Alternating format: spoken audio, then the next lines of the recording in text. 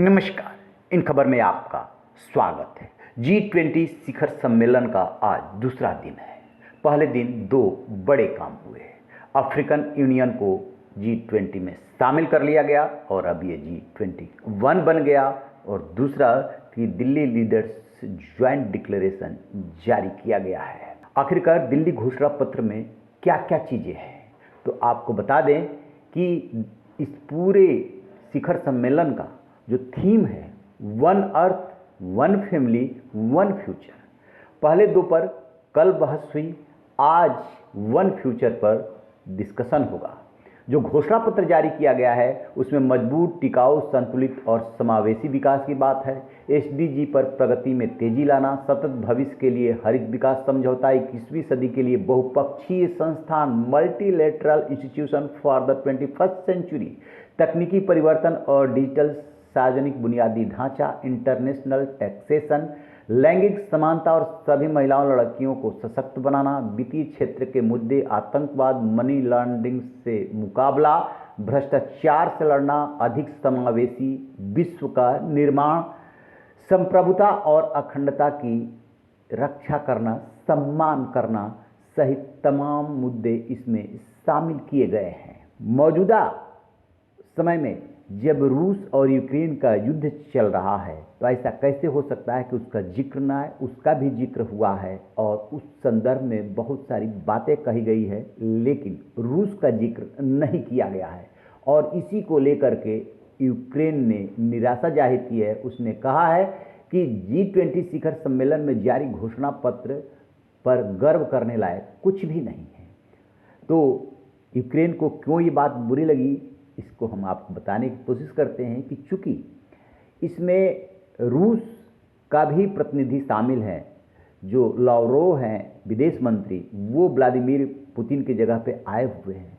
तो ये घोषणा पत्र आम सहमति से एडॉप्ट किया गया है, लिहाजा वही शब्द और वही भाषा इस्तेमाल कर सकते थे जिस पर कि आम सहमति बने।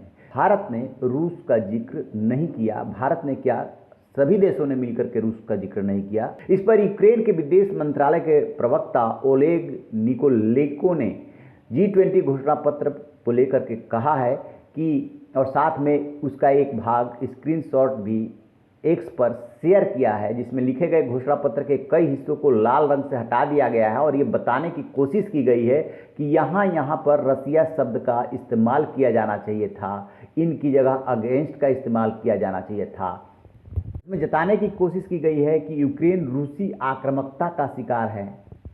साथ में यूक्रेन ने निराशा के बावजूद ये भी कहा है कि सभी देशों ने अपना योगदान देने की कोशिश की है, उसका उन्होंने धन्यवाद भी किया है। आपको बता दें कि इसको जारी करते हुए प्रधानमंत्री नरेंद्र मोदी ने कहा था कि मुझे अच्छी खबर मिली है, हमारी टीम की कड़ी मेहनत के कारण नई दिल्ली G20 लीडर्स समिट घोषणा पर आम सहमति बन गई है। मेरा प्रस्ताव इस नेतृत्व घोषणा को अपनाने का है। इस घोषणा पत्र को अपनाने की घोषणा करता हूँ। इस अवसर पर मैं अपने शेरपा और मंत्रियों को बधाई देता हूं, जिन्होंने इसके लिए कड़ी मेहनत की और इसे संभव बनाया है।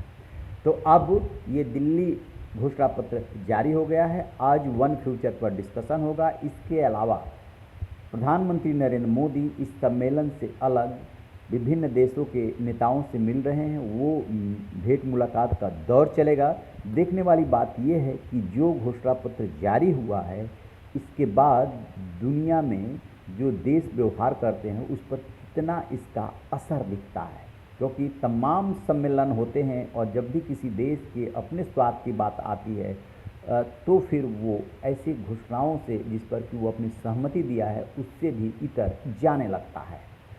प्रधानमंत्री नरेंद्र मोदी ने जिस तरीके से और भारत ने अगुवाई की है, उससे भारत का जो आभा मंडल है, जो प्रभाव है, निश्चित रूप से दुनिया में बढ़ा है। ख़ास तौर से अफ्रीकन यूनियन को शामिल करने का जब पीएम ने ऐलान किया था, तब जो वहाँ पर मौजूद थे, जिस तरीके से पीएम से गले मिले और जो वहाँ का माहौल था, उससे साफ पता चलता है कि भारत के प्रति वो आभार व्यक्त कर रहे थे। हालांकि चीन दावा कर रहा है कि सबसे पहले उसने पहल की। चीन के राष्ट्रपति शी जिनपिंग आए नहीं हैं, इसीलिए माना जा रहा है कि भारत ने इसमें बढ़त ली है।